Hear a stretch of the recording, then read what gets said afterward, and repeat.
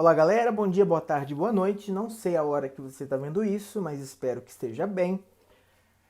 Agora a gente vai conversar um pouquinho sobre esse negócio de grupo de risco. O que é isso?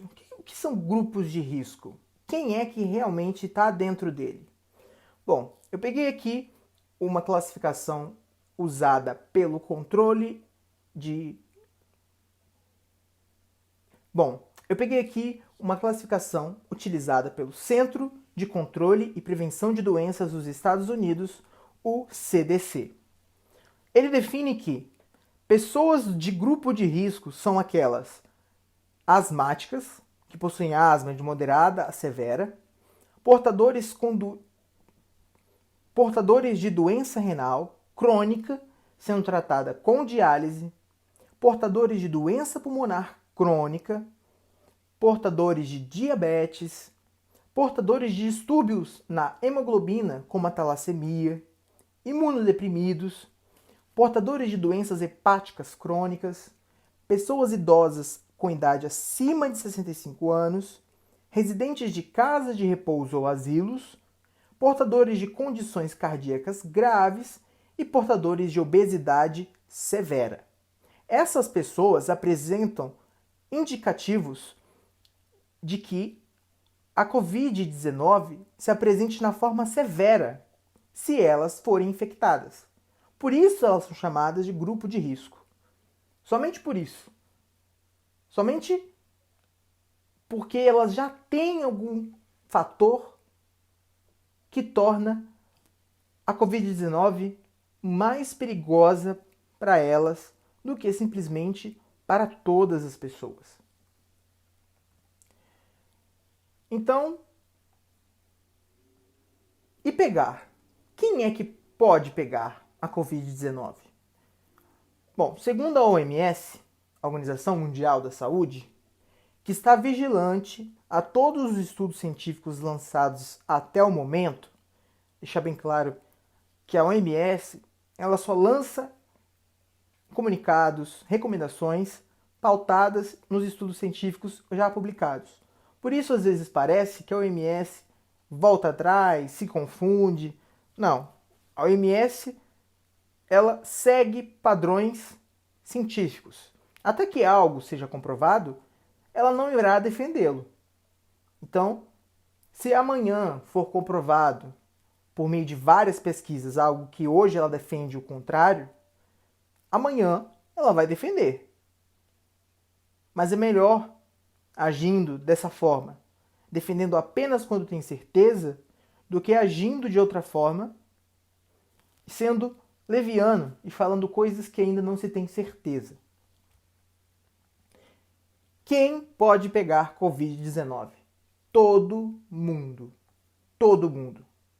Ninguém está imune. Esta é a mensagem científica que todas as pesquisas trazem para nós. Tanto crianças e adolescentes, adultos e jovens. O que diminui é apenas o risco de desenvolver as formas mais severas. Mas nem assim essas pessoas são livres disso. Jovens e adultos têm sido vistos com uma forma grave, muitos têm infelizmente evoluído para óbito. Crianças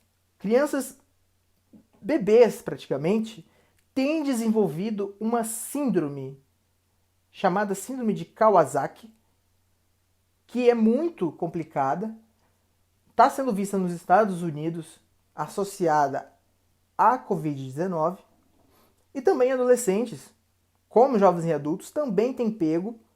Jovens e adultos com histórico de atleta têm pego coronavírus, têm pego a Covid-19, adoecido, ido ao hospital com aquele indicativo de falta de ar, que necessita de ventilação.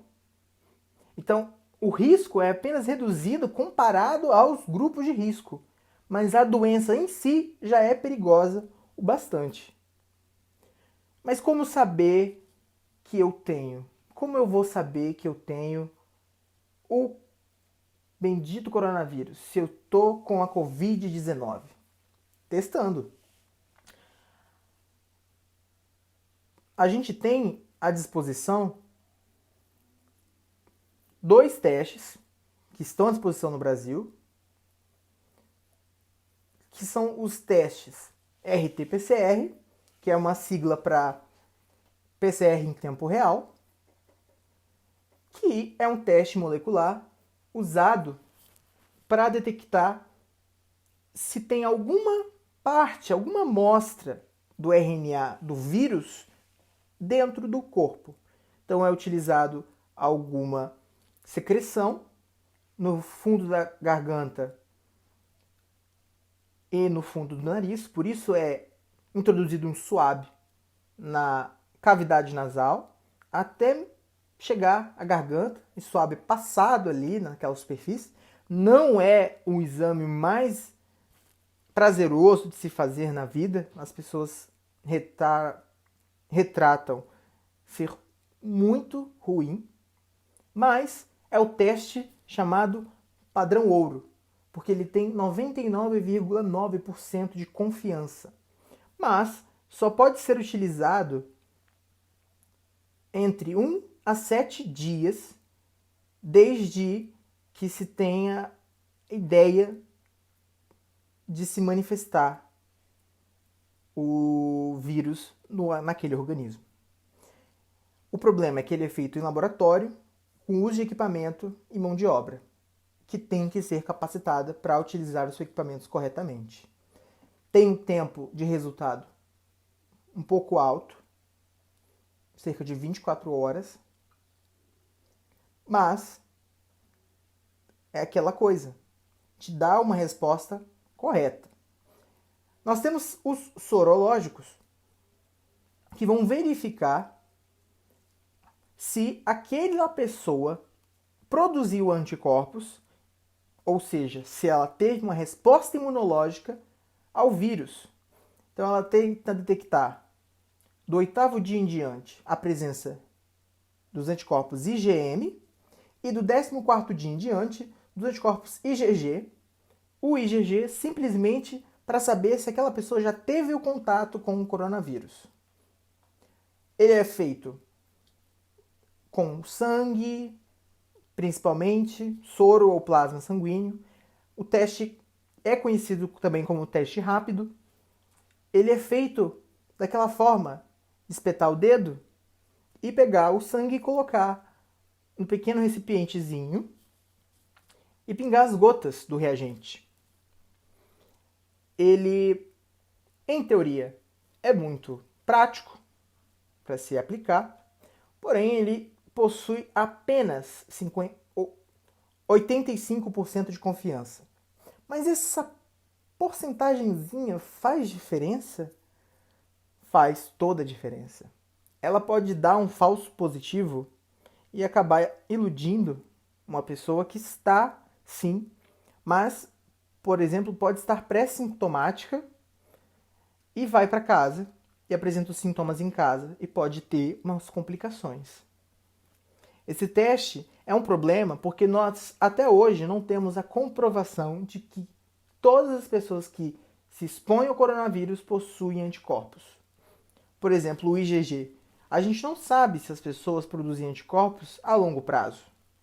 Então, às vezes, as pessoas dão negativo, mas já se exporam ao coronavírus. Nós também não sabemos se isso quer dizer alguma coisa de útil, porque a gente não sabe se o coronavírus infecta a pessoa uma única vez. E a gente já tem memória para combater essa infecção. A gente não sabe isso. A gente tem tanto relatos de casos em que a pessoa não contrai, quanto de casos de pessoas que contraem o coronavírus novamente, seguidas vezes. Ele, como eu falei, é conhecido como teste rápido, isso porque em até 30 minutos o seu resultado sai. Mas existem alguns estudos que mostram que alguns testes rápidos são feitos já com algum viés. Ou seja, eles são fabricados com base em pacientes com carga viral alta Então, esses pacientes vão totalmente produzir anticorpos, porque a resposta ali é aguda. Então, fazendo com base nesses pacientes, se chega uma pessoa com uma carga viral menor, ela pode ser enganada por um problema, apenas um problema de abordagem. Também a gente tem testes de antígenos, que é um exame rápido para mostrar a presença de proteínas do vírus na amostra. Ele também usa secreções da garganta e do nariz. Principalmente deve ser utilizado na fase aguda da doença, quando os sintomas começam a se manifestar, e ele tem a rapidez do teste sorológico. E também problemas na questão de confiança de dados. Então, qual é a melhor coisa a se fazer? Como o nosso país decidiu que testar em massa não é tão importante, infelizmente a gente tem que aguardar e se resguardar para não se expor ao vírus o máximo possível. Então, vem causando polêmica uma afirmação mal interpretada da OMS, na qual falou que se a gente fosse procurar o histórico das pessoas assintomáticas, seria uma chance rara de ver ali as infecções e, portanto, seria muito mais vantajoso manter sob vigilância e fazer investigações e acompanhamentos com as pessoas sintomáticas, mesmo se moderadas até as severas. Qual que é a diferença entre eles? O paciente sintomático vai transmitir uma carga viral X, o paciente sintomático mais severo vai transmitir uma carga viral muito maior e o paciente assintomático vai transmitir a carga viral, só que menor, mas vai continuar transmitindo. Então, não se enganem achando que se tornarem assintomáticos podem sair por aí, porque não é bem assim. É de um pensamento muito egoísta pensar dessa forma, porque a gente tem muitos indícios de que as pessoas que estão assintomáticas podem sim transmitir o vírus para outras pessoas e que essa transmissão ela é uma transmissão efetiva. Então, por mais que você seja assintomático, você pode transmitir para uma outra pessoa e essa outra pessoa ficar infectada e ter a manifestação severa da Covid-19. Então a gente não tem como saber quem é assintomático, quem não é assintomático, e também não tem como saber se esse rapaz aqui está pré ou assintomático. Qual é a diferença? O assintomático ele passa pela fase de incubação, os 7 dias, sem apresentar sintomas nenhum. Então o corpo consegue lidar com a infecção, seja lá o motivo, seja defesas mais fortes. Já o pré-sintomático ele está infectado, mas ele não sabe que ele vai desenvolver sintomas. Ele ainda não desenvolveu, mas ele vai desenvolver. Como a gente sabe que ele vai desenvolver? A partir de experiências que já foram tidas. Não se sabe, eu não posso chegar numa pessoa e falar, nossa, você vai ter sintomas. Não, porque é uma doença heterogênea. Então não dá para saber quem é assintomático e quem apenas ainda não manifestou os sintomas da Covid-19. Então, para evitar realmente ser uma fonte de disseminação, ficar em casa, se puder, é a melhor opção. Sempre. Pensando não só em você, mas nas pessoas ao seu redor e principalmente nas pessoas que compõem o grupo de risco.